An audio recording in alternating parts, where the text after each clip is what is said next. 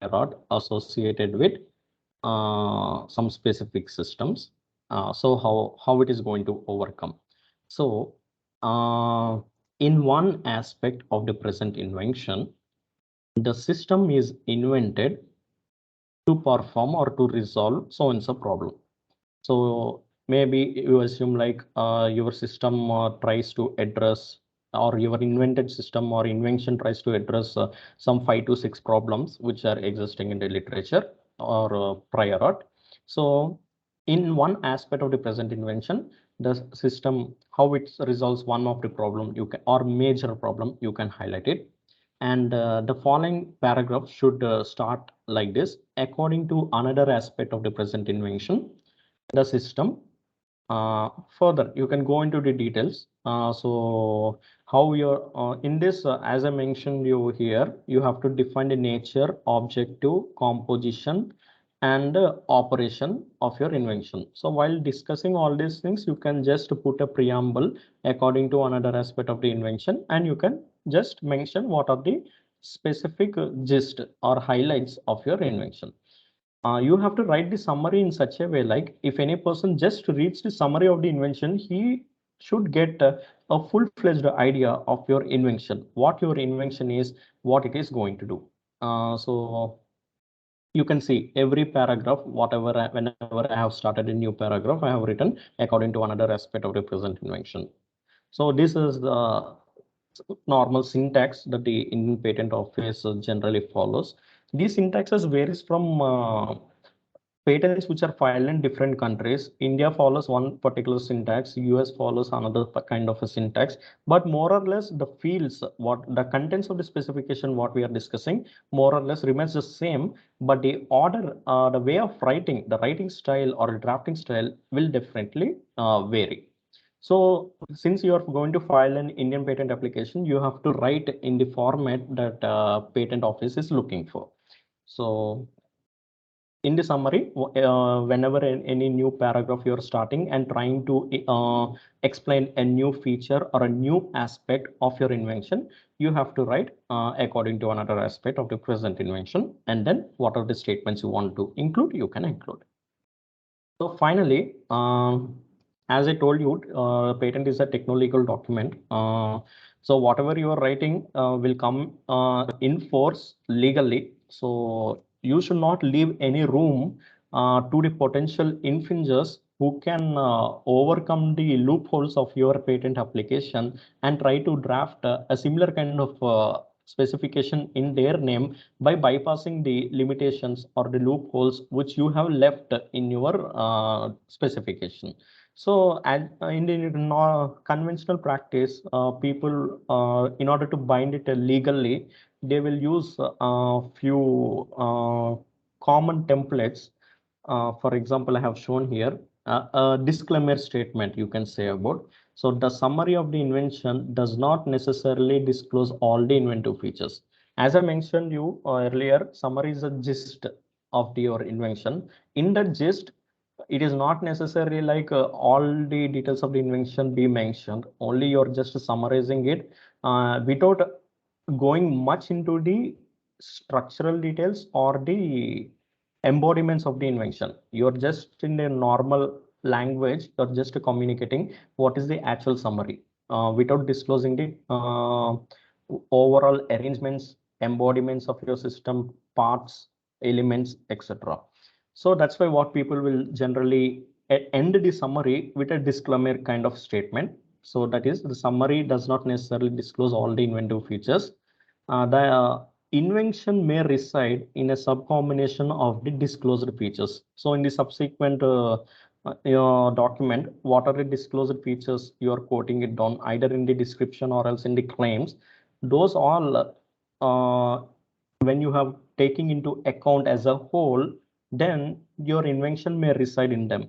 So one can understand a present invention by reference to the detailed description taken accompanying with the following drawings. So this is the final statement that you are telling. If you want to understand the invention in a much better way, try to read the detailed description accompanying with the drawings.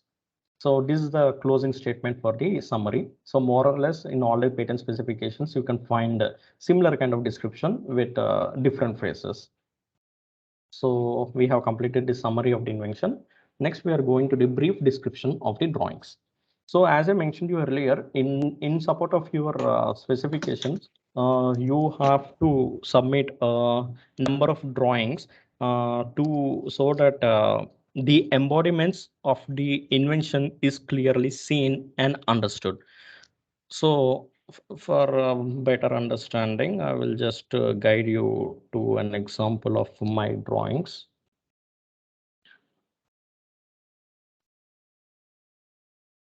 So these are some of the illustrations of my drawings. So I have some quite a lot of number of figures.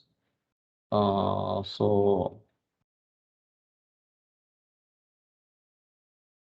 as I'm just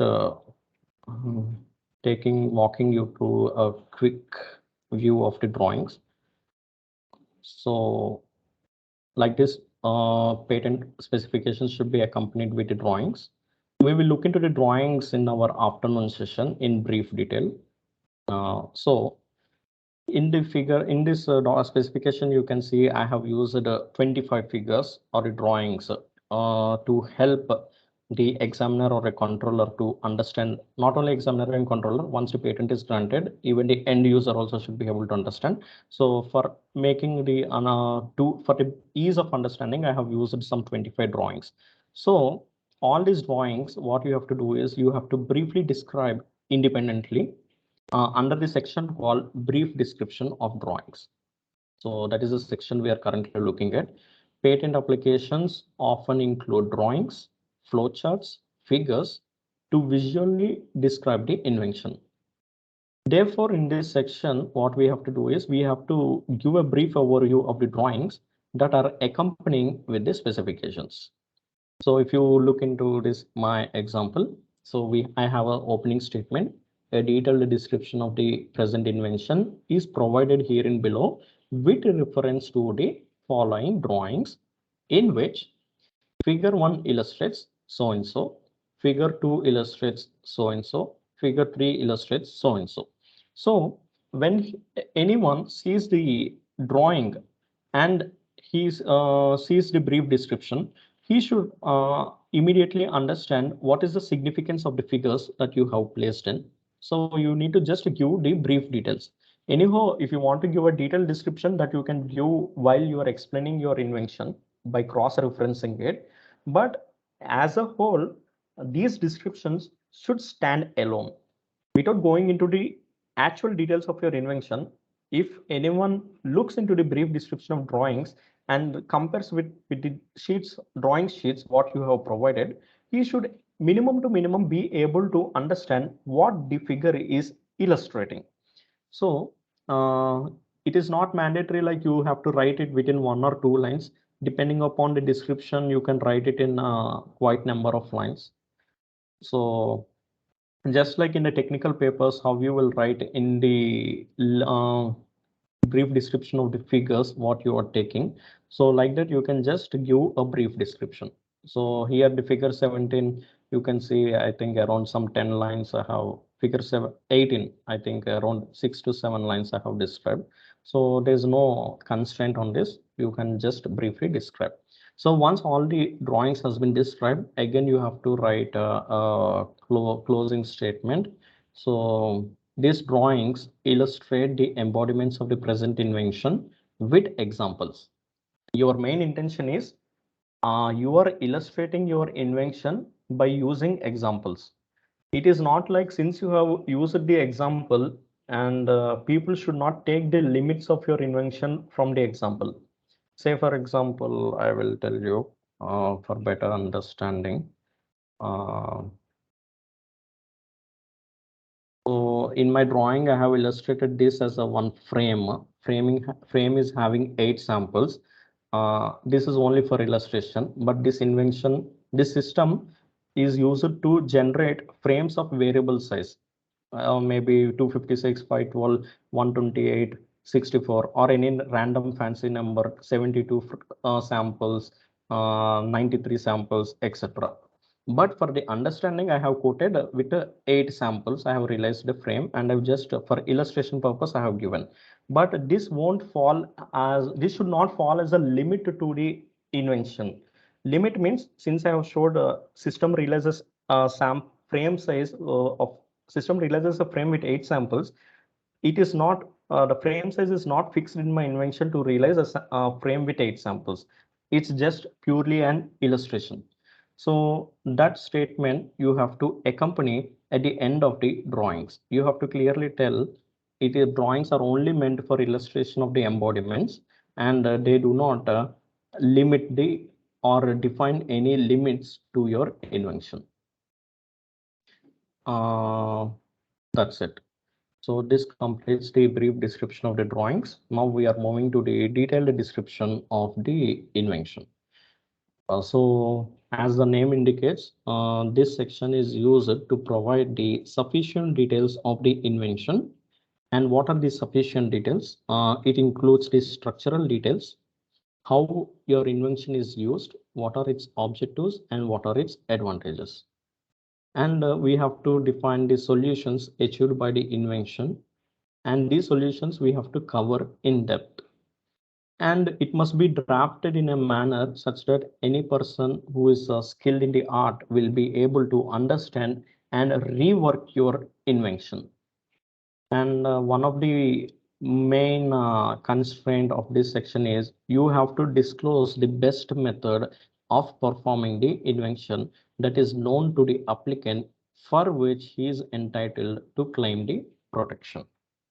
So detailed description, as the name indicates, we have to give the full-fledged complete details. Here we will be getting the structural aspects, how your invention is going to work, so on and so forth. So in the section, in my example document, I will just show you. So this is a detailed description of the invention, section heading. And these are the opening statements. Following description with reference to the drawings is provided for understanding of various embodiments of the disclosure as defined by the claims and equivalence. And I have told you in this patents can be filed for method or system, method or a process, both are same, or else a system, or else both method and a system. If you're filing your patent for a process or a method exclusively, then you have to elaborate your method uh, clearly. If you're filing your patent only to claim protection for a system, then anyhow you will be defining or disclosing all these details related to your system, but it is also mandatory to disclose the method adopted by the system to perform a task to achieve your desired objectives.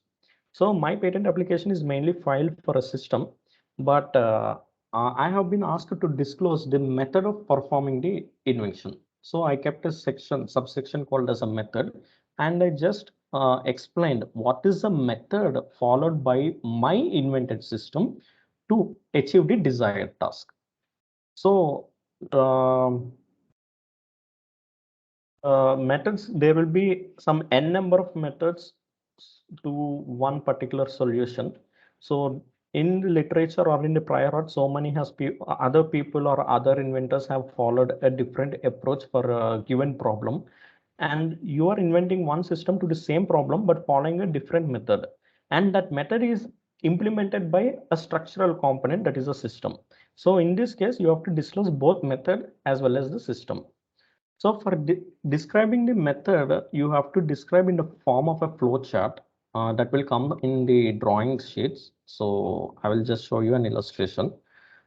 So this is the flow chart. It has some step 1, step 2, step 3, like that, so on and so forth, some n number of steps. And I have just explained in a descriptive way, like how the method is being executed. Actually, this method is being performed by the system, and the structural component or the entity of my invented system is this figure 19b. This system 19b is implementing the method of 19a as described in 19a. So with reference to that diagram, first you have to, in the detailed specification, in the detailed description, you have to explain first the method based on the flow chart. So in step one, what it is doing, in step two, what it is doing, in step three, what it is doing, like that you can just explain. After that, maybe method is not your invention. Actually, your invention may be the system, but only thing is first you have to disclose the method, how it is, how your system, what is the underlying method performed by your system to achieve the desired task. Next, finally, you can come to your detailed description of your system. So one more thing I want to mention, in Indian Patents Act, there are some rules defined for to grant a patent application. So in India, patents are being granted only for hardware. If you come into the electronics field, only for the hardware system, patent is granted. For the software, Indian government will not grant any patent. If you have any software component and for which you want to claim a protection, I think you need to file in the US. I think US is the only country, to the best of my knowledge, which gives a patent for the software as well. So even if you have a software work, it is not like you are not entitled to get a patent. Only thing is you have to illustrate the method in the form of a system that performs the method of the software. Um, you have to elaborate and elevate it to that level, and you have to write it in the specifications. Then you will be able to get the patent grant for your invention. So when you're coming to the system, you have to define both the structural aspects as well as the internal how these elements or the components are interconnected to each other. What is the coordination between these components? How the particular task is being handled by these components and the overall flow. So since mine is a digital electronic system based on VLSI, so it's a kind of a digital circuit that I have implemented on field programmable gate array FPGAs. I think most of the electronics and the computer science background people will be aware of. So I have described my invention in terms of physical hardware entities. So it has one controller, it has one memory, it has some inputs like a clock reset, some data inputs are there, some data outputs are there. So like that. Again, you can see these numbers. So what are these numbers means you have to cross reference with respect to the figures. The embodiments or the aspects of your invention, you have to cross refer every time with respect to the drawings. So 1901 refers to one of the element in my invented system. So if you look into the drawings, you will come to know like that is a system. So like that, you have to define all the first the structural components, how they are interconnected, and what is the coordination between them. So after explaining all the structural aspects, I'm not going much into these details. I'm just giving an overall view. And my system also consists of some hardware registers. And what are the registers it is incorporating? For what purpose the registers are used? The control register, a counter register, address register for generating addresses, and selection register to select the select lines of the multiplexer. It has some data registers. So like that, I'm just briefly listed out in the form of a table. So you can also use, if you want to use any tables for description, you are allowed to do so. Tables, equations can be used in this specification. Drawings, you are not supposed to put in the specifications. You have to put it separately in the drawing sheets. That will comes as the last component of the specifications. So once the structural details are clearly listed out, now you have to tell how the functionality is being implemented by your invented system. So I kept wherever it is required, I have used some separate side headings. You are also allowed to use any number of side headings as you want, but make sure to give a differentiation between the mandatory headings as well as the optional headings. All these comes under optional headings. That's why I didn't use any bold font. Mandatory headings, what we are discussing in our PPT, the contents of the specification, that I have kept it in the bold font. So you can see here bold font. So like that, structural entities has been described. Next, functional entities have been described. So after everything has been described, we will reach to the end of the detailed description. So detailed description is over. Now the last one is the claims part. So this is the most critical part of your patent application, because the patentability of your invention is mainly determined by the claims. They clearly lay out the scope of the invention for which the protection is sought for. So claims should cover important aspects of the invention, such as novelty and inventive step. Inventive step, as per the Patents Act, it looks for 2 or 3 different aspects. The inventive step should be a technical advancement, or it should be an economic significance, or else both. So technical advancement when compared to the existing prior art, and economic significance, or the both. You have to meet any one criteria. If you're meeting all the 3, it is very good. If you're meeting 2 is also okay. Even 1 is also fine. So your invention should be novel enough. It should be inventive. It should have an inventive step. So these all things should reflect in the claims as well as in the detailed description of your invention. So they should be drafted in a manner to provide the broadest possible coverage of protection for the invention. Claims, you have to write it in a broad manner, and then you have to narrow it down. You should not leave any room or a scope for the potential infringer who can who can reinvent your invention, and he also tries to get a patent for his for the work which you have done. So you should not leave any room, or you should not leave any scope for others to rework your invention and get a grant. Actually, if the patent is like you're claiming the protection, you want to stop the potential infringers from directly using your work commercially or replicating your work. So if you want to get a full-fledged protection, you have to bind all the features and embodiments of your invention, and you have to support them legally by drafting all your claims and covering all your features or the embodiments of your invention. At the same time, you have to maintain novelty, and it should not look like obviousness. So it should not be obvious uh, when compared with the existing technology or the art.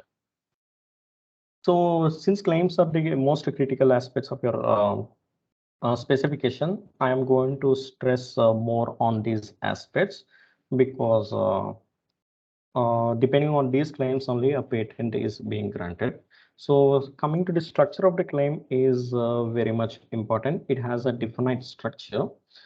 It always begins with a capital word and ends with a period. And it is always written as a single sentence, regardless of how long they are. So if you just go through, I'll just guide you to an example. So this is my first claim. So my first claim started here, a generalized frame blocking system. And where did it end?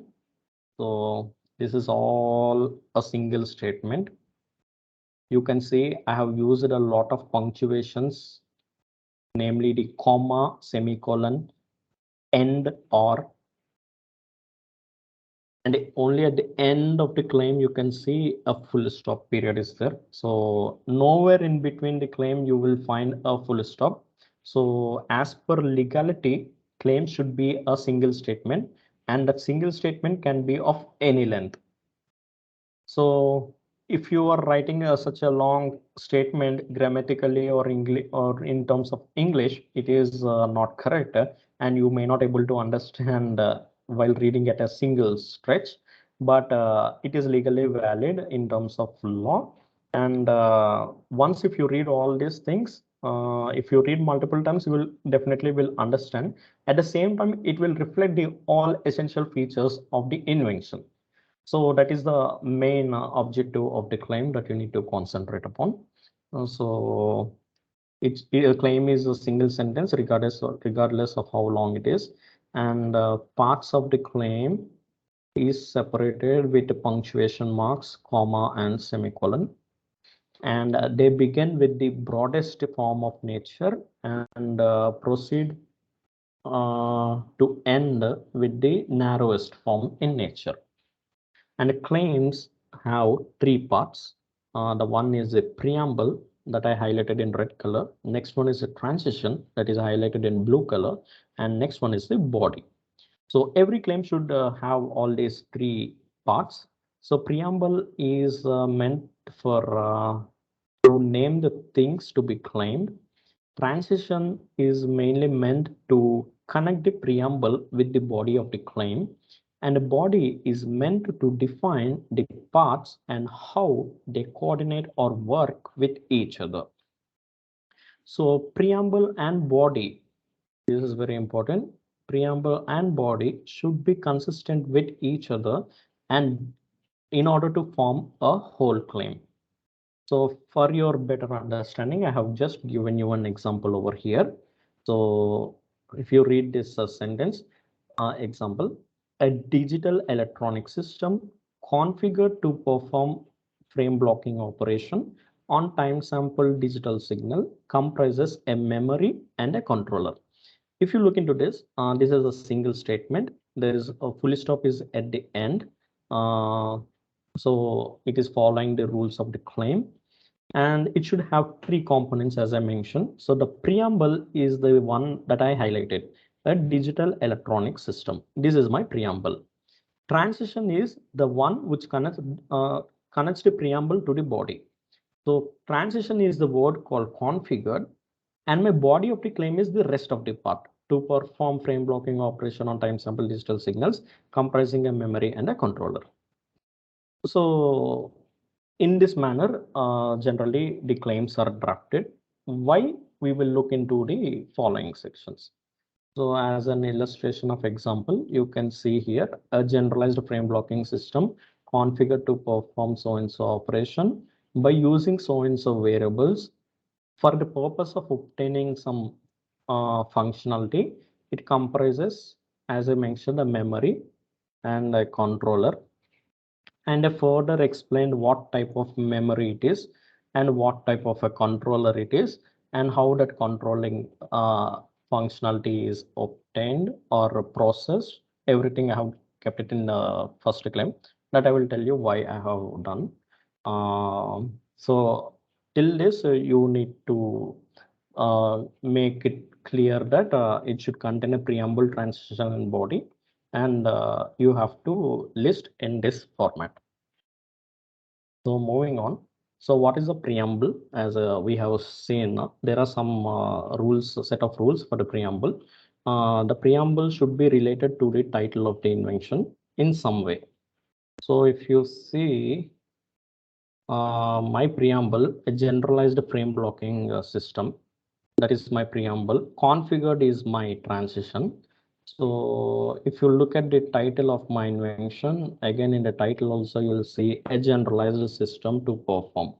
So some way it has to relate to the title of the invention. That you need to make sure while choosing your preamble. Actually, choosing your preamble is very much important. Why? Because you have to follow the same preamble for the subsequent claims. So the generalized frame blocking system. So if you see, I have used the same preamble for all the claims. So the main intention of the preamble is to define the field of the invention. And in general, shorter preambles are preferred and broad preambles are not advised. So for example, here I have given the preamble a system. So with the preamble a system, uh, that is very much broad in nature, that is not advisable. Why? Because a system, I have just given a system. That system can be an electronic system. In electronic system, it can be an analog system or a digital system or a analog and digital mixed system. So we don't have any clarity on what type of system it is, whether it is a hardware system or a software system. If you see in the previous example, a digital electronic system, that is what I have quoted. So this gives some detailed information about what kind of a system it is. This is not broad in nature. It is little bit narrow, but still broad. But this is too broad. A system is too broad. So we should avoid using a very broad preambles. And dependent claims should have the same preambles as the parent claim. I will just explain in the following slides what is the dependent and independent claim. For the time being, as I mentioned you earlier, for all the claims, you have to use the same preambles as I have used in these cases. We will see what is the dependent and independent claim in the following slides. For time being, you just keep it in mind. So we have seen the preamble, and next we are going to see the transition. So transitions are classified into two types. One is the open-ended transition terms, and other one is the closed-ended transition terms. So examples of open-ended transition terms are if you are using words like comprising, including, having, containing, etc. These all comes under open-ended transition terms. These terms generally have no limitations. Out of all these terms, comprising or comprises is the most preferred and widely used term, transition term, open-ended transition term in patents. The reason I will tell why, because I'll just go to my previous example. Here we have seen my system comprises in the example claim a memory and a controller. So for this point of a claim, I told like system comprises memory and controller. I used the word configured, and you can also use, I used the word comprises here. So since I used the word comprises, it doesn't mean like my system consists of only a memory and a controller.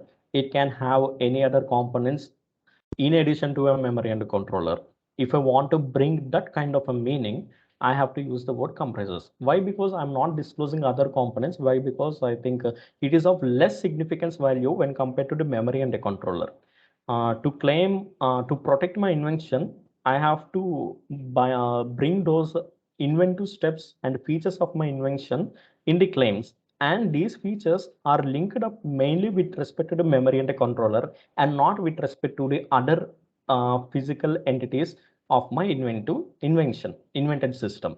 That's why I wrote like my system comprises a memory and a controller, and how my memory and the controller are interacting with each other to perform the desired task. That only I have explained. If you look into the system block diagram, my system also, in addition to the controller and the memory, my system also consists of a multiplexer. But the significance is very less. It is not, because this is not a main feature. It does not form any main feature of my invention. That's why what I have not included in the first claim. I do have used the multiplexer in the claims, not in the first claim, but in the subsequent claim. But in order to uh, loosely bound the limitations of your system, you have to use the word comprises. Say, for example, if you have used the closed-ended transition like consisting or being, etc., then this applies a restriction or a limitation. If you apply the same context here, if you write consisting, a digital system configured to perform so-and-so operation on the digital signal consisting a memory and a controller, then you are itself claiming like your system mainly your system contains only a memory and controller, and it does not include any other components. So it is tightly bounded. So in the patent drafting practices, people generally tries to avoid the use of close-ended transitions. Why? Because it imposes a limitation, and this that may lead to leaving a room or a scope for the others to replicate your invention and get a grant of patent. So that's why we have to avoid the use of those terms. So even in the open-ended term, there are words like including, having, containing, and but I told like mostly it is preferred like a comprises or a comprising. Why? Because these words have less implications when compared to other words. If you take the context of their meaning. So it all depends upon the patent drafting and what type of legal bond that you are looking for. So accordingly, you can choose the word comprising or any other. You are also free to use the closed-ended transition words consisting, but you have to make sure like you are limiting the scope of the invention, so that you have to put it in your mind. So the same thing, the transitions are open-ended in a sense, like there could be other things in addition to those mentioned in the body of the claim that could be the part of the invention. Whereas in the closed-ended sense, there could be no other things in addition to those mentioned in the body of the claim. So this is a transition. Finally, the third part of your claim, that is the body. The main significance of the body is to define the elements of the invention, the structural aspects. If it is a method, you have to discuss about the steps. If it is a system, you have to define the structural components. So if you can see, I have declared, I have defined the structural component, that is memory, and a structural component, a controller, in my claim. Next, in the body of the claim. Next, you have to describe how these elements work with respect to each other. So this is one important. So if you take the memory, I have written like it is it has a synchronous read and write enable. So reading and writing are done with respect to synchronous with the clock, and a controller is there. And what I am saying like this controller is configured. So for what it is configured, what it is doing. So writing the samples into the memory. So this is the coordination between the controller and the memory. So why it is writing the samples to perform one task? So that is, my task is frame realization. So like that, again, it is reading some data samples from the memory, and this reading and writing, and how it is happening, those I have clearly defined in detail. See, I cannot claim protection for a system that performs read and write operation on the memory. Why? Because this is universal. If you have a memory, means a memory is a storage device where you can store data into the memory and read data out from the memory. But reading and writing will be done. It is a common underlying basic principle of working for a memory based system. So you should not write it in a too broad in nature. Like a controller is there and a memory is there. Controller is writing data into memory when necessary, and controller is reading data out from the memory when necessary. If you write like this, the claim will be discarded. You won't get a protection for your claim. You are writing like you want to claim over a broad in nature, but a patent office will not allow you to make such a broad claim. Why? Because if you are granted a patent for reading and writing from to and from the memory, then no other people is supposed to use a memory device itself. So that is not allowed. So what is the thing we look into the claims drafting is called as limiting the scope of the invention in the claim. So that is very much important. You have to restrict the claim only to your invention, and you should not claim anything beyond the scope of your invention. So in my invention, the read and write operations are performed based on some conditions. So those conditions I have written, and the data rate at which samples are coming to the system, and governing conditions, whatever the things are there, those all things you have to write to limit the scope of your invention. So I'm not going much into details of my claim. Why? Because it is irrelevant at this context. My main intention is to tell you that while drafting your claims, you have to limit the scope of the invention. Claim should be broad in nature, but it should not be too broad. You have to limit to a particular extent with respect to the scope of your invention. So that is the main point to be observed. Next, coming to the body section of the claim. So you have to describe the elements and you have to describe what is the cooperation between those elements structurally, physically, and functionally. So here I have defined, as I mentioned, I have defined the components like memory, controller, and how these two are associated, how it is operating with respect to each other, both in a structural way, functional way. So all those things I have covered in the body of my claim. And I have to make sure, like, I have to cover 4 different things of elements in the body of the claim. So for each element, I have to give a distinct name, and what are the distinct features that it is giving when compared to the others, and what is the cooperation between other elements and the functions. So if you see my example claim, I have defined all those things appropriately. And one more important things to be noticed here is that whenever you are introducing a new element of your invention, you have to introduce those elements using indefinite articles. So indefinite articles in English, we call it as a and an. So if you look into my first claim, I have introduced the memory component the very first time.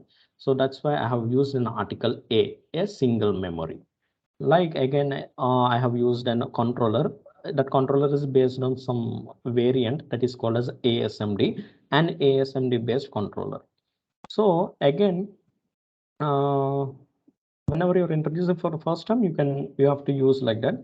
For the subsequent case, you can use definite articles, and those definite articles are the such as, in order to refer the elements. So I have done the same thing.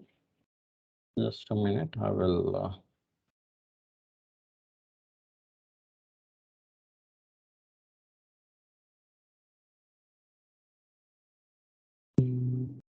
okay, you can see here in this claim, the controller, the memory. So the controller, everywhere I use the D. So the very first time when you're introducing any new element of your invention, that you need to address it with the indefinite article. This is some guidelines for drafting the claims as per Indian Patent Office. So more or less internationally, it is also valid. So coming to the types of the claims, this is very much important. As I mentioned earlier, there are 2 types of claims. One is independent claims and other one is dependent claims. What is independent claims? The claim which stands alone is called as an independent claim. So if you look into the claims, this is the claims section of the specifications. So it generally starts with the word preamble called V claim. So here what you have to see is uh, the first claim what I am writing is not only me, in the patent specifications, the first claim needs to be the independent claim. So it is not dependent on any other claim. It is a standalone claim. And in the first independent claim, you have to bring in all the inventive features, all the objects or all the advantages of your invention into the first claim.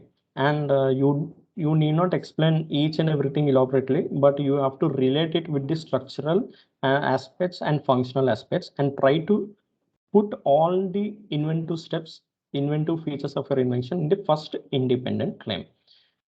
And that too you have to maintain, you have to be write it in a broad in nature, and at the same time you should not make it too broad or too narrow. And once you have written something, then you have written your independent claim. From that you can draft your dependent claim. So in dependent claims you can write like a generalized framework system of claim 1. So this claim 2 is dependent on claim 1. So it is taking the precedence of the first claim, and wherein here I'm explaining, just for example I'm telling, here what I told is I told like it's a one system is invented to perform an operation. That operation is called frame blocking operation. That operation should be performed by choosing a variable frame size, that is NF, that is one parameter. There is another parameter called NO. These parameters has to be used to perform that operation. So in the independent claim, I told like these parameters are customizable, but I have not told like how it is customizable, because including everything in the claim is very difficult. So here also I told this parameter is customizable. But in the dependent claim, I am writing like these two parameters are customizable via these two inputs of the system, where these inputs provide the required values of the set parameters before performing that operation. So in this way, you have to write the dependent claim. You have to take one feature in your independent claim, and then you have to elaborately explain that feature in the dependent claim. So this dependent claim is derived from the claim one, that is independent claim. So this follows the syntax like the generalized frame blocking system of claim one. So in this way, you have to draft the dependent and independent claims. So independent claim stands alone. It includes only the limitations contained within it, and it is not dependent on any other claim, and there is no cross reference with respect to any other claim. Coming to the dependent claims, you may have reference to more than one claim. So here in the second claim, I referenced based on claim one.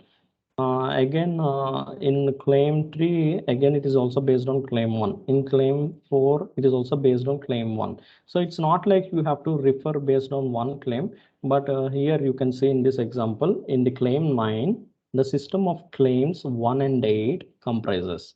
So you can, in the dependent claim, you can derive from multiple claims. This first claim is the independent claim, 8th claim is the dependent claim. So 9th dependent claim is derived from the first independent claim and the 8th dependent claim. So like that, you can reference to more than one claim. These dependent claims adds limitations to some other claims. So if you see in this dependent claim 8, it has said like, for example, the read and write addresses are generated using two outputs. The addresses generated, the values come via these two outputs. In the 8th claim, what I told is these two outputs are connected to the multiplexer, a 2 to 1 multiplexer that is placed in between controller and the memory. And in the first claim, you can see I wrote only the two elements, controller and the memory. But in my invention, actually, multiplexer is also there. That's why, since I am used the word comprises, I'm free to add a new element each and every time in the different claim. If you use the word consisting, you are not allowed to add any more elements of your invention in the subsequent claims. So since in my first claim I used the word comprising, it means like in addition to memory and controller, there are some other components that will come into the picture in the subsequent claims. So in this 9th claim, I told like, again, the system comprises a multiplexer placed in between controller and memory. And what this multiplexer is doing, it is doing taking the outputs which are defined in the claim number 8. So I'm adding one limitation to the 8th claim. So that is my intention. I will just wanted to convey. So this point, add limitations to some other claims. So dependent claims generally adds limitations to the some previous claims, and it incorporates the limitations. And preamble recites the main portion of the parent dependent claim. So the main independent claim or the parent claim preamble is a generalized frame blocking system. That is the preamble. For all the dependent claims, the same preamble is used in a consistent manner. A generalized frame blocking system of claim one, like generally parent dependent claims has long preamble, while dependent claims has a short preamble. So that is evident with respect to the example. Now coming to the what are the types of claims that are not allowed. So if you use any of these type of claims, generally your patent will not be granted by the patent office. What are those claims? Any claims that is contrary to the well-established natural laws, scientific principles, or an abstract theory, then patent is not granted. So it's method of agriculture, claims related to plants and animals, claims related to business method or mathematical method or an algorithm, and method of performing a mental task or method of performing or playing a game, and the presentation of information, any claims related to atomic energy, and omnibus claims. If you incorporate any of these such claims, then the patent will not be granted. However, the controller will ask you to revise your claims at a later part. When he has instructed, you have to redraft your claims, and again you have to resubmit your application. Then upon examination and upon resolving all the queries of the patent office, finally the patent will be granted. Now, what is omnibus claim? Here I have just given an example. Here the claim is written as like this: a machine substantially as shown and described in figure 2 to 5. So this is called as an omnibus claims. You are literally telling to a reader or an examiner like a machine that is shown in figure 2 to 5 and described in the specification. So in order to understand this claim, I am forced to go to figures 2 to 5 descriptions, understand the figure descriptions, next go to the detailed description with respect to the figures 2 to 5 and read entire sections. Then only I will be able to understand the scope of the claim or the inventive features of the claim. So it is increasing the process of understanding the claim. Claims generally should stand alone. Even if you read just the claims, at least you should get a rough idea about the invention. So any referencing to figures or any matter in the description in this manner, that is called as an omnibus claim, and those claims are not allowed. And what are the best practices for claims drafting? You have to encompass all the embodiments of your invention, avoid the overlap of prior art. So if any prior art is overlapped in your claims, then patent will not be granted. Why? Because you are replicating the same that is existing in the prior art, and there is no difference between the prior art and your invention. That means you fail to show the difference between the prior art and your invented system. In that case, patents will not be granted. So you have to try to avoid the overlap between the prior art and your invention. And one thing you have to keep in mind is what you have not claimed is disclaimed. So you cannot ask for a protection for which you have not claimed in the claim section. So while submitting your application, you have to write all your claims in a proper order, in a complete order, so that you have not leaving any room to the potential infringer. Next, direct the claims to many categories. It is often practice if you're filing a patent for both method and system, then generally people will write a set of claims for the system and a set of claims for the method. However, in the example which I have shown, I have filed the patent for only the system, but not for the method, and all my claims are related to the method. If your method is novel and you want to claim protection for your method as well as a system, then you can straight away go and draft your claims, a set of claims for system as well as method. Next, include claims of varying scope. Start with the broad nature and end with the narrow nature. So you have to limit and arrive at the narrowest nature as possible. Start at a broad perspective and reach to a narrow perspective. So claims should not be too broad to cover non-enabled. It should not be too broad to claim those things which are not already mentioned in your description. Claim only the essential elements. Say, for example, you have 20 plus advantages of your invented system, but it is not mandatory to claim everything. Why? Because there may be some dependent feature. If feature 5 is achieved, obviously feature 6 will, or the advantage of feature 6 is obviously achieved due to previous advantage. Means why? Because those two advantages are interlinked to each other. In such cases, you need not disclose all the essential features. And while drafting the claims, you make sure about the use dictionary and thesaurus. Why? Because there are some words which you are using in the claims for which there is a legal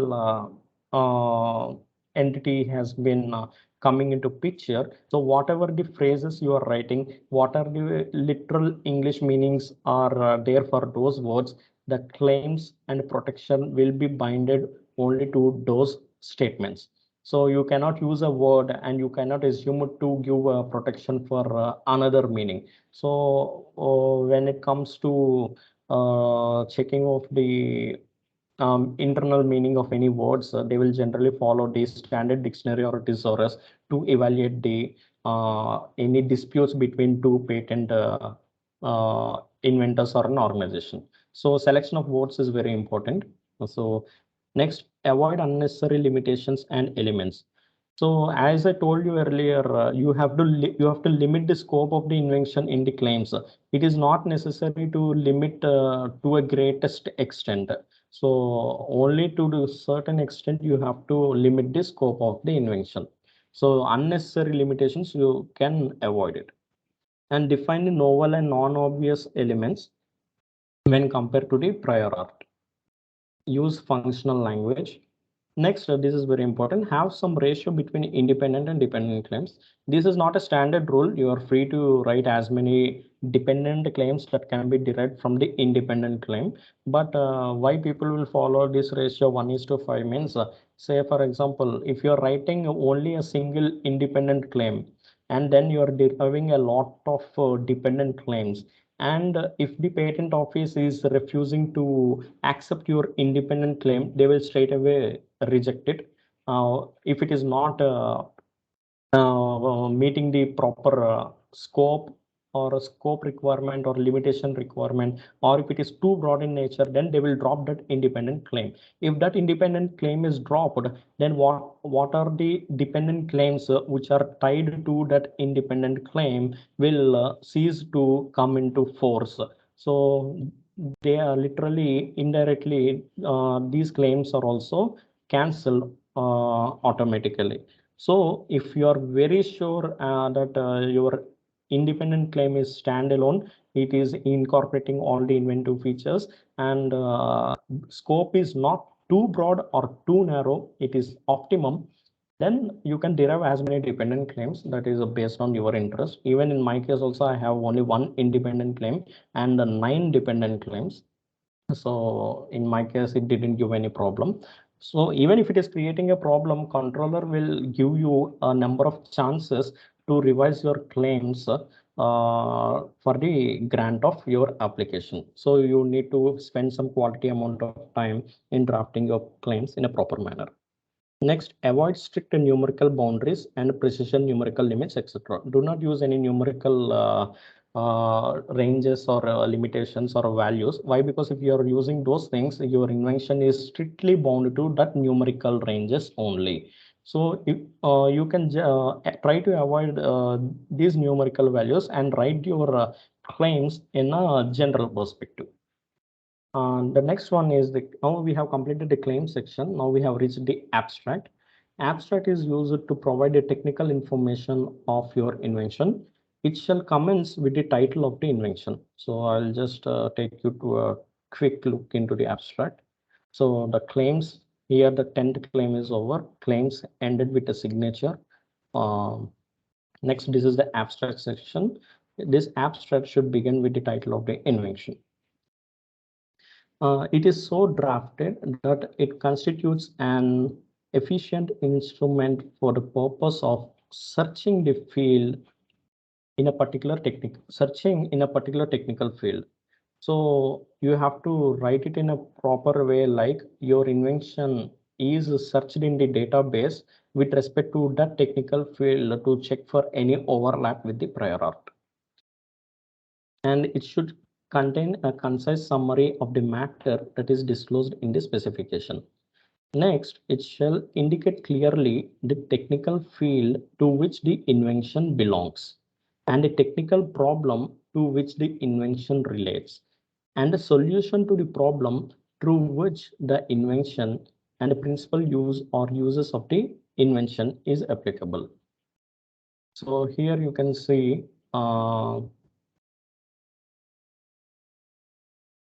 Here, the main purpose of the invention I have just written, it is invented to perform this so and so task, and how it is performed, what the system comprises. It comprises a memory and a controller. So those things I have highlighted, how this memory and the controller is working, how they are coordinating with each other. And one of the feature is you can vary the parameters as desired by using the configuration inputs. So those things. So key features that you can highlight. And at the end, you have to use the practical application of your invention. This is mandatory. So, and next important constraint is you have to limit to 150 words. And if in specifications, if you're using any number of drawings, then you have to put the appropriate drawing of your invented system. So in my specification, there are 25 drawings, but the main invented system is given in figure number 19. So that figure number 19 is given in the abstract section. Next, each main feature mentioned in the abstract and illustrated by drawing shall be referenced with a reference sign that is used in the drawing. Here, just for example, I told like my system has two inputs. By using that, I can configure the parameters as I required. So those inputs are referred as 1906 and 1907. So in the drawings, it should reflect where are those inputs. So 1906 and 1907. So you have to cross-reference with the reference signs that are used in the drawings. And a controller, if he require, he may amend the abstract for providing better information to the third parties. So this completes the abstract section, and the rules and guidelines of this abstract, you can find it in under rule of 13 of 7 of the patent rules 2003 as amended.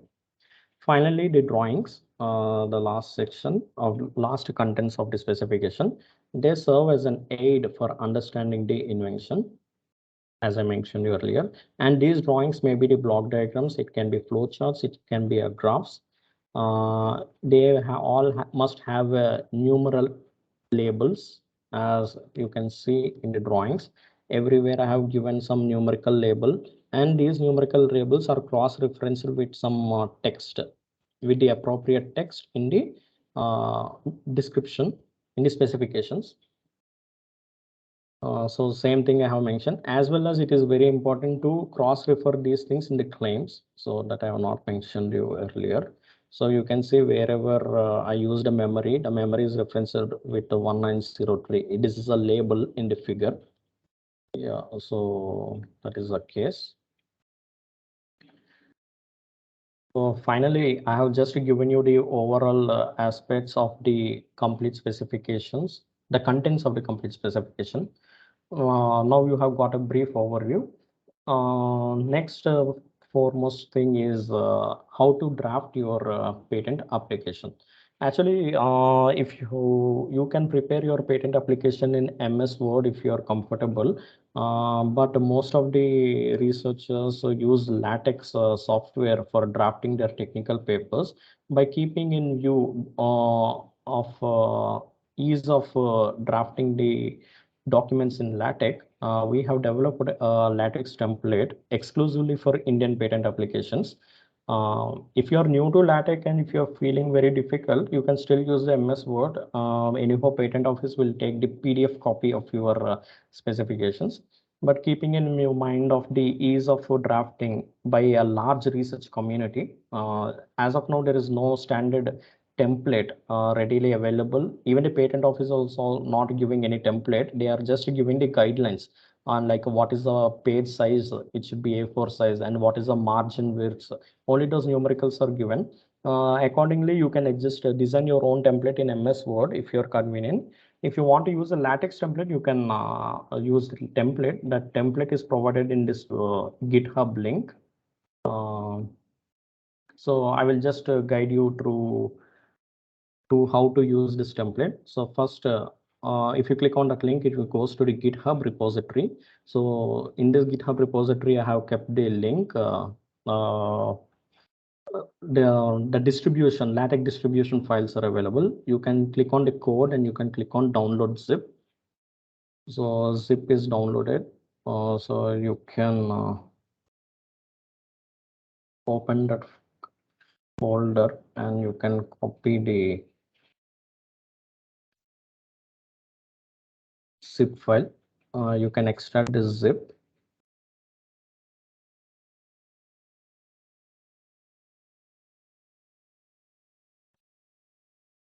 If I'm not wrong, I think you had one session conducted by one of my colleague on a brief introduction to LaTeX by keeping in view.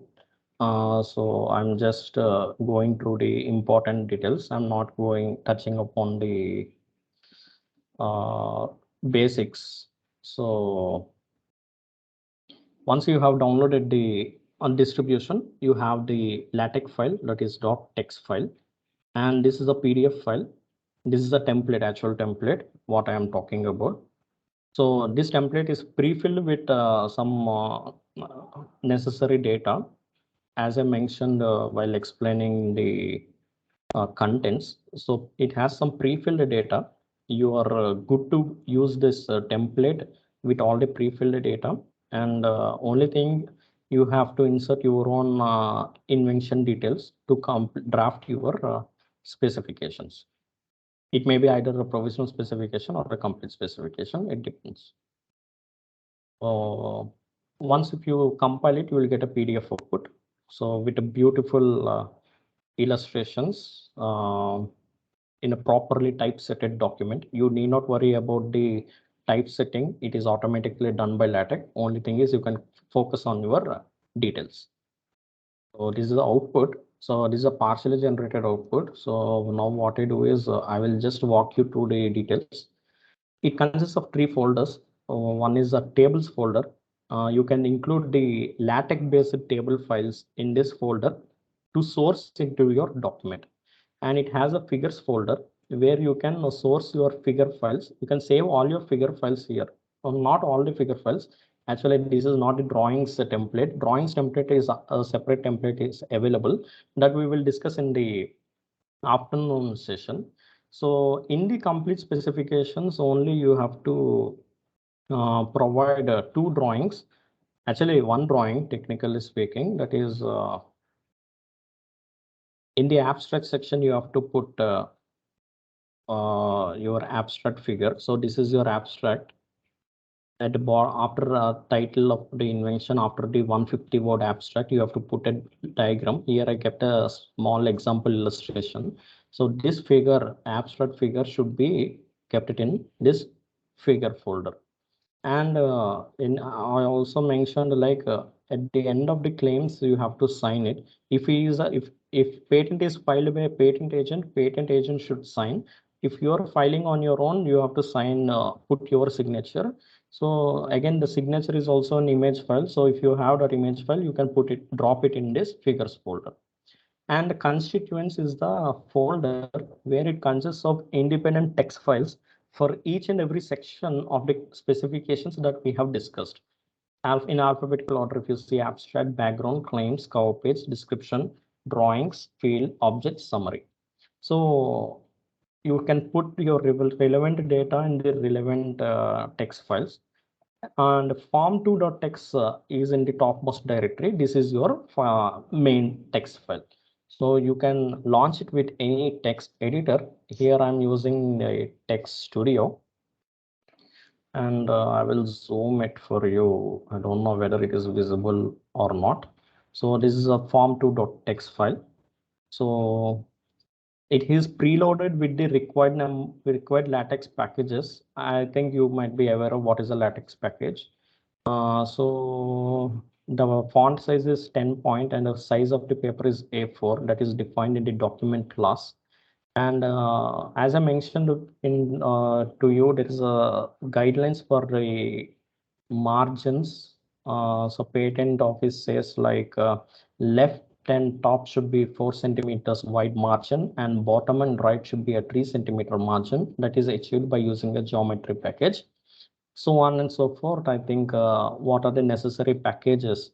The set space package, this is used to generate a double line spacing between the text. This is also one of the requirement in the patent rules. the text in the specification should be double line spaced. So these two packages take care of the alignments. And the line numbers is one more thing where you can see in my specifications, we have line numbers. This is also one rule is there. You have to line numbers should come towards the left side of the margin, and each number should be come in an interval of multiples of 5 as per the patent rules. So those all things will be generated by this specific package and code. And in the specifications, you have mathematical equations. I think you might be aware of AMS math package. American Mathematical Society has developed some packages related to symbols, fonts, and for supporting the equations. So those packages are imported. Graphics packages used for importing the figures. And there are few table packages for importing tables. And for tables, again, the line spacing will differ from the normal double line spacing of the text. So again, to maintain the consistent double line spacing even inside the tables, this command is used separately. And this caption package is used to write captions. So actually, you can observe in figure the captions should be in this format: fig dot followed by the number. So those all will be defined by caption packages. An enum item is used for drafting the claims. So finally, your form 2 document begins right from here. So you have a begin document and a document, and for each and every contents, here I have linked up separate files. For field of invention, one file is there, background we are writing in another file. So all the necessary files are linked up over here. So again, if you click on field of the invention, so the preambles are already predefined. Everywhere we have kept a comment box user to add text here, and the text ends. So whatever the relevant text you have, that you can insert over here in these designated locations. So first one is the cover page. In the cover page, you are given an option to write the title of your invention here, write the name of your applicant. If you're single applicant, if you have multiple applicants, better you can put a table. I think you might be aware of how to generate a table. I think it is covered in the previous session. So in that way, you can put your table code here. You need not put the code actually. You can just source it from that actual code. You can put it in the tables folder. In this folder, you can create another text file. In the text file, you can put your code, and that code you can just import here by using the input command. For example, here I have used it, right? Here I use input in the constituents folder background file. Like that, you have to write in the tables folder the respective table file. So like that, you have to write. So for the cover page I'm discussing about, if you are having multiple number of applicants. Next here, to write the address. So these are the things you can edit in the cover page, and don't touch other parts of the code. Why? Because it is written as per the guidelines of the patent. So wherever comment box is available and ask to enter the user data, you can safely enter. So this is the background section. Here you can enter the background. And next, this is the object section. You can enter your principal object here, and another object of the invention, a further object of the invention. Here for illustration, I give 3 objects. If you have more objects, you can add the following preamble, and you can append it to your object. Like that, you can add multiple objects of your invention by using this template.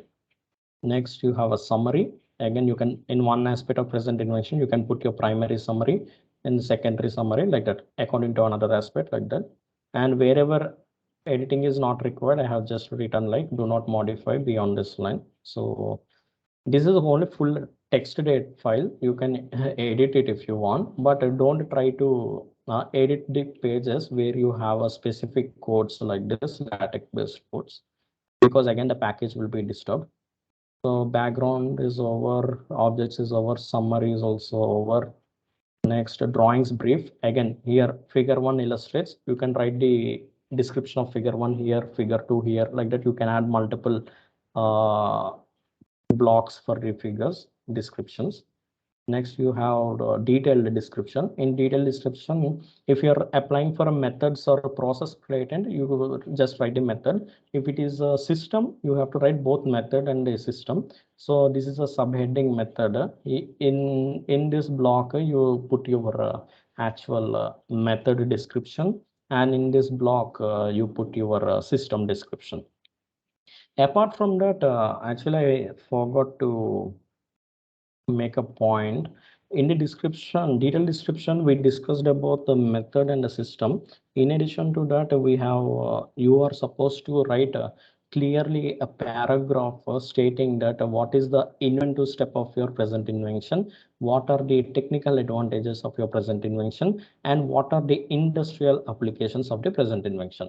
Because the patent office is very much keen in looking at these entities as a separate subsections. Why? Because each patent specification spans across 50 to 60 pages, and it is be difficult for the examiner and the controller to scan, to check, read all the pages to identify these specific points of interest. So it is obviously a good practice to include the text related to inventive step, advantages, and industrial applications under one separate subsection, so that they can easily look into it and then give their decision quickly whether to grant a patent or else whether to request for further modifications or amendments in your application. So those things, again, if you have an inventive step, you can add details over here. Advantages of your application, you can add details here, and industrial application, you can add details over here. Again, coming to claims.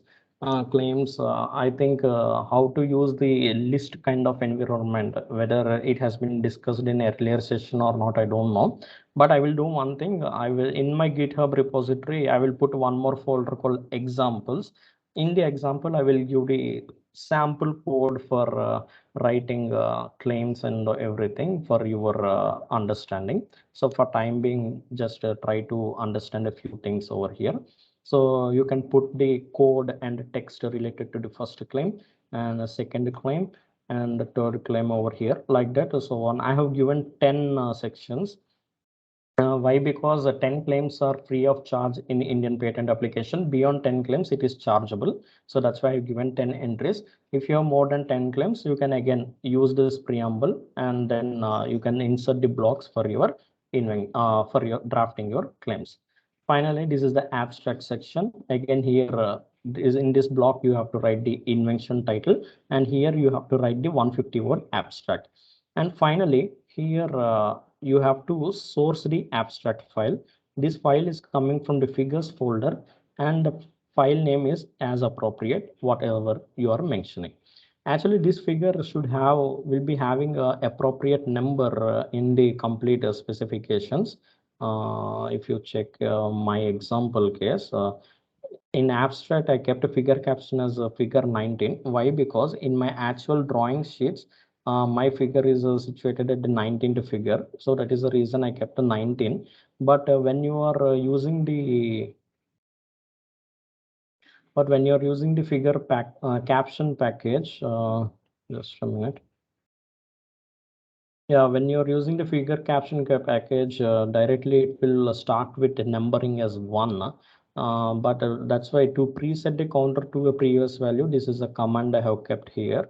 So if your figure number is actually 23, then you have to put 22 or one value previous. You have to preset the counter. Then when you're putting the figure and when you're invoking the caption command, that appropriate value of the number will come.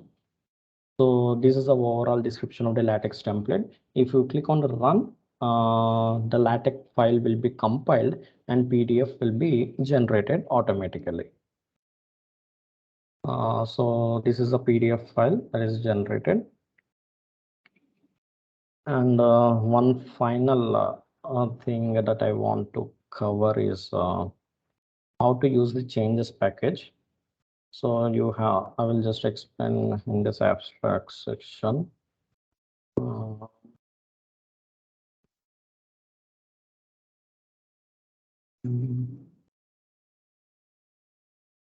let me take some random text.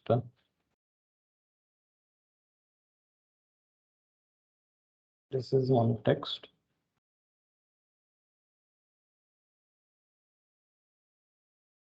Because while after examination, the controller will generate a first examination report. In the first examination report, there will be instructions like to revise your application, mostly the claims part, because what are the previous contents of your specification, you should not make any modifications. Only the claims part is only will be allowed to amend or modify or redraft entirely. So say for example, whatever, anytime you are redrafting it, you have to generate two copies. One is the marked copy, other one is the retyped copy. Suppose say for example, this is the content that you have in your initially filed version, and the controller now asked you to remove this text within the bracket, write the abstract of the invention that he asked to remove. So what you have to do is /delete deleted. In the flower braces, you include this and you just compile it. Sorry.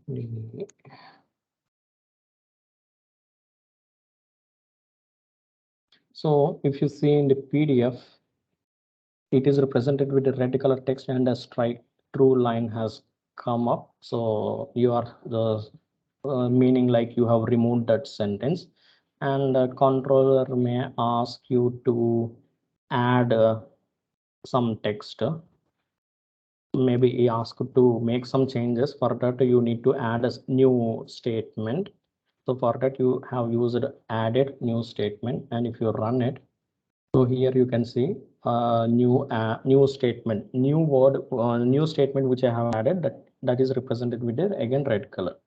And if at all, if you are making any changes on your own, controller has not raised, but you are making any changes, then you are supposed to write a comment for that, stating the reason for that. So if you are writing a comment, you can see, sorry, if you expand, yeah, see, comments are like a wavy underlined kind of thing, and this is comment number 1. So this comment 1 is saying like you have made this change, and the reason you are mentioning like it is a voluntary change from yourself. This is just for an example. So this document in this form is called as the marked copy. This marked copy contains the removed text, next the added text, and comments of your comments of the uh, inventor or the applicant or else patent agent. So this in this format you will submit the complete specifications. Again, you also have to submit a clean copy. Clean copy in the sense the modified version of the complete specifications without involving any of these markings. So for that, in the latex package section, here I have written, you just go to the command, yeah, changes package. Here the mode of the document is set to draft. So that is the reason all the amendments what you're making, everything you're able to see, deleted, added, everything. Now you have to make it as final. If you make final, only the final version will be available. If you go down and check, so the deleted text, new text, representation, comments, everything will go and you will get a final document. So this is called retyped pages document. So whenever you are making any changes, you have to supposed to give two sets of complete specifications. One is the retyped pages, other one is the marked copy. This is as per the legal norms. So this gives the overall overall usage of the latex package distribution. you can directly go to my GitHub link repository. I will leave the link description in the chat box. You can download it and you can do prepare your patent applications by using this template. And if you are not aware of this LaTeX and all, I will try to add some examples folder in this one to import figure, to import table, and to import equations, everything. You please, if you give some time, I will try to add and so that after seeing the examples, at least you will get a brief overview of how to use this template. So that's it from my side. So suggested reading, if you want to actually in this 1 hour time I try to give whatever the important information that I can give, but there is still beyond my talk. There are a lot more to know before you do the process everything on your own. So I personally did this course offered by IIT Madras. This is NPTEL online certification course. So patent drafting for beginners, it is a 4-week course, and the link description I will be giving it to you in the chat box. You can just enroll in this course and go through all the contents. You will get a detailed explanation of each and everything of how to draft a patent application on your own. Yeah, that's it from my side. If there are any queries, I will try to answer, or else you can leave it in the chat box. I will write the responses and I will circulate it to all the participants via the coordinator. Yeah, that's it. Thank you from my side. If there are anything queries. So participants, if there are any queries, you can put that in the chat box and we can take this up. We can discuss this. In the interest of time, I may not answer the queries right now immediately, but you please drop the questions. I will write the written responses and I will ask the coordinator to circulate it to everyone. Because again, there is a one more session in another 2 hours. So Yes, sir. So we have another session. So today only we have another session starting from 2. maybe you can write your queries right now, or else after completion of the afternoon session also, you are free to give your queries. In the interest of time, I cannot able to resolve. If I'm not able to resolve now, I will try to communicate a written responses. Thank you so much, sir. Thank you for your valuable time. And that was a really nice session. We get to know about lots of things about the techno papers, so how to patent and how to do that. And as you have shown us the templates as well. So these are very much helpful for us. And I am sure that most of the participants, or I guess all of the participants, will get benefited with this one. And we are happy that again we have your session from 2 p.m. onwards. So we will look forward to it. And participants are requested to post their queries in the chat box, whatever queries they have, and we'll surely take up with sir, and we'll try to resolve it. And thank you so much for your valuable time, sir. And dear participants, if you have any queries, you can put it now in the chat box, or else we'll be closing the session, and the second session will be starting from 2 p.m. onwards. I request the host to, if there are any queries coming from the participants, kindly preserve them and communicate to me. I will address them. Yes, sir. Yeah. Yeah, sure, sir. Thank you so much for your time, sir. Yes, sir. Thank you very much. And we will see you back in another 2 hours. I will continue the next presentation exclusively on drawings. And I request all the participants to attend that session as well, which I'm going to discuss exclusively on drawings. Yeah. Thank you very much. Thank you, sir. Thank you.